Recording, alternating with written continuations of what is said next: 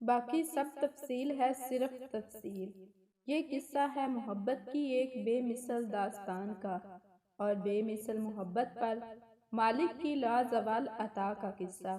وہ ایک گمنام بوڑھا شخص تھا جسے اپنے مادری زبان بلوچی کے علاوہ کوئی اور زبان نہ آتی تھی۔ عربی تو کجا، اسے اردو تک نہ آتی تھی۔ اس کی ساری زندگی دوسروں کی بکریاں چراتے ایک جھونپڑی میں گزری تھی۔ جھونپڑی جو اس کی اپنی زمین پر نہ تھی، سردار کی زمین پر مجبور اور موسموں کی شدت سے شرمسار کھڑی تھی۔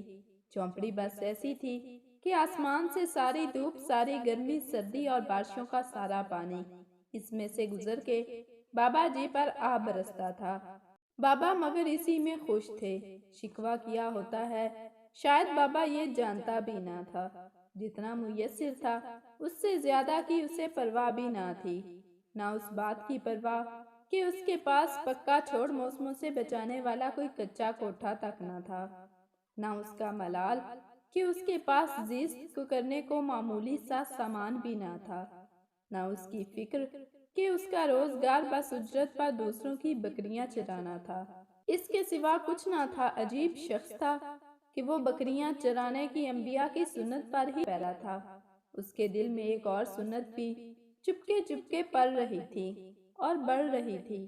وہ آرزو سی سونے کا گھر دیکھنے کی آرزو، زیارت بیت اللہ کی سعادت پا لینے کی، انبیاء کی سنت، نبی کی بستی سے آنکھیں ٹھنڈی کر لینے کی سعادت کی آرزو۔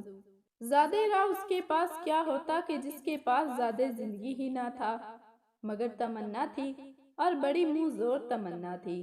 وہ بکریاں چراتا رہا، اجرت پر چرائی جانے والی بکریوں سے اپنے حصے کے بچے وصولتا رہا۔ یوں ہی کوئی ایک اور بچہ اس کے حصے میں آتا، اسے لگتا سونے کا گھر اس کے نصیب کے کچھ اور قریب آ لگا ہے۔ وہ ہر ایسے اجرت میں آئے بچے کے ساتھ سونے کا گھر دیکھنے کی اپنی خواہش بھی پالتا رہا۔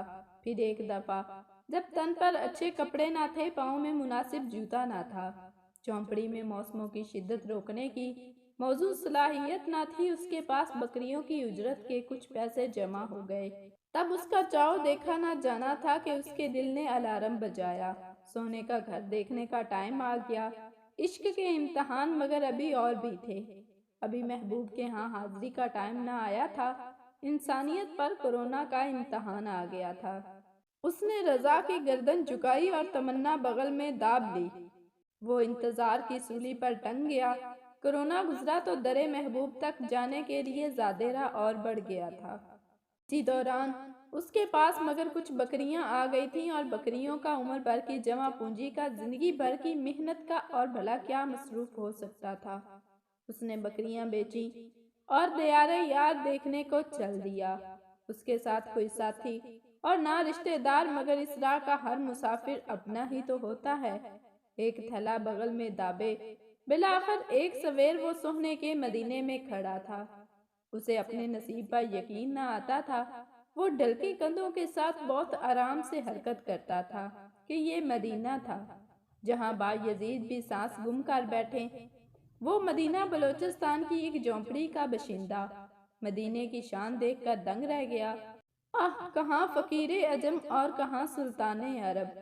اسی حیرت میں گم وہ اپنی کل متاع، اپنے جوتے اور جوڑے والا تھیلا بھی گم کر بیٹھا۔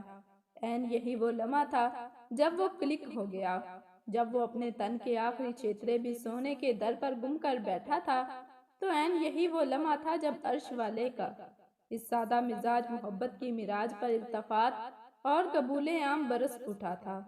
عین اسی لمحے آسمانی میڈیا حرکت میں آیا اور صحابہ کے حلیے والا بزرگ کے نام سے وہ عرب و عجم کی میڈیا پر وائرل ہو گیا۔ گویا جبریل کے ذریعے عرش سے اس بندے کے قبول عام اور محبوب عوام و خاص ہونے کا اعلان ہو گیا۔ اب خود اسے معلوم نہ تھا کہ وہ اپنے تئیں گم ہوا پھرتا ہے۔ اس سے زیادہ مدینہ اور اہل مدینہ کی دنیا میں مشہور کوئی نہیں۔ سبھی جانتے ہیں کوئی 30 لاکھ کے قریب اس بار زائرین ارض مقدس میں تھے۔ ان میں کروڑ پتی بھی ہوں گے اور ارب پتی بھی۔ وہاں 3 دفعہ کا وزیر اعظم بھی تھا، اور جانے کون کون رستم زماں، محدث زماں وہاں موجود تھا۔ جو بھی تھا گمنام ہی تھا۔ یہاں کا مشہور شخص اور زبان زد عام شخص مگر ان کے دل ایک ہی تھا، اور وہ تھا بابا، جو 15 سال سے لوگوں کی بکریوں کے ساتھ اپنی ایک تمنا پال کے یہاں آ کے گم ہو گیا تھا۔ وہ بکری پال تھا تو یقیناً اس کا مالک بھی تو بڑا لجپال تھا۔ اس نے اسے فرش سے اٹھایا اور عرب و عجم میں نامور کر دیا، تاجروں اور تاجوروں سے زیادہ تاجور کر دیا۔ اب عرب و عجم سے اس بابے کو پکارا جا رہا ہے، میڈیا اور عرب کے مخیر حضرات حج پر بلانے کو اس کے پیچھے پڑے ہیں۔ ہم تم نے خدا کی ڈیوٹی لگا دی ہے کہ اس کی کہانیاں کہیں اور سنیں اور سنائیں۔ سارے پڑھے لکھے ان پڑھ ان کی کہانی سنیں اور سنائیں۔ اللہ اللہ، یہ بڑے کرم کے ہیں فیصلے، یہ بڑے نصیب کی بات ہے۔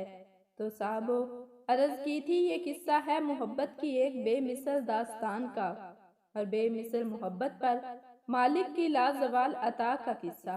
باقی سب تفصیل ہے، صرف تفصیل۔ جزاک اللہ۔